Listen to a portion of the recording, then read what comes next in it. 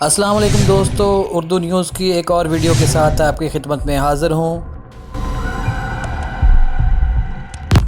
دوستو، وزیر اعظم عمران خان نے بھارت سے جنگ کے لیے فوج کو تیار رہنے کا حکم دیا ہے۔ بھارت نے حملہ کیا تو پاکستان منہ توڑ جواب دے گا۔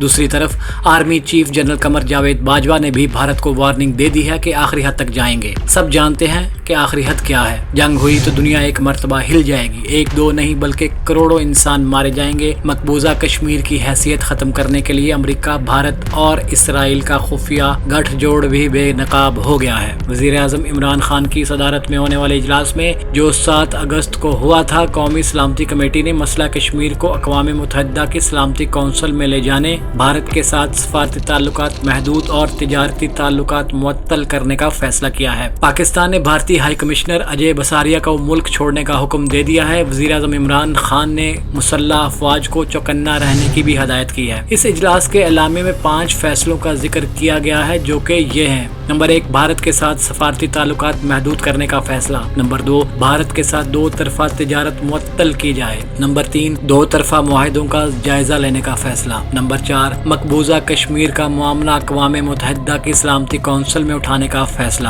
اور نمبر 5، 14 اگست کشمیریوں کے ساتھ اظہار یکجہتی کے طور پر منانے اور 15 اگست کو یوم سیاہ کے طور پر منانے کا فیصلہ کیا گیا ہے۔ ادھر بی جے پی کے بعض رہنماؤں کے اس بیان کے بعد کہ اب انڈین شہری گوری اور خوبصورت کشمیری لڑکیوں سے شادی کر سکیں گے، کشمیری مسلمانوں کے دلوں میں آگ لگا دی ہے اور ان کی غیرت کو للکارا ہے۔ کشمیری رہنماؤں کا کہنا ہے کہ ایسا ان کی لاشوں پر ہوگا۔ انتہا پسند ہندو ان کے گھروں، جائیداد اور عزتوں پر قبضہ کرنے کا سوچ رہے ہیں۔ دوسری جانب اس معاملے پر army chief general Qamar Javed Bajwa کی زیر صدارت کور کمانڈرز کانفرنس بھی گزشتہ روز ہوئی، جس میں شرکاء نے بھارتی اقدامات مسترد کرنے کے حکومتی فیصلے کی بھرپور تائید کی اور مسئلہ کشمیر پر بھارتی اقدامات مسترد کرنے کے حکومتی اقدامات کی مکمل حمایت کی گئی۔ قومی سلامتی کمیٹی کا اجلاس اتوار کو بھی ہوا تھا، جس میں ملکی اعلیٰ سول و عسکری قیادت نے شرکت کی تھی۔ قومی سلامتی کمیٹی کے اعلامیے میں کہا گیا تھا کہ بھارتی اقدامات سے مقبوضہ کشمیر کی صورتحال انتہائی خراب ہو رہی ہے اور بھارتی عزائم داخلی و خارجی سطح پر عیاں ہو چکے ہیں۔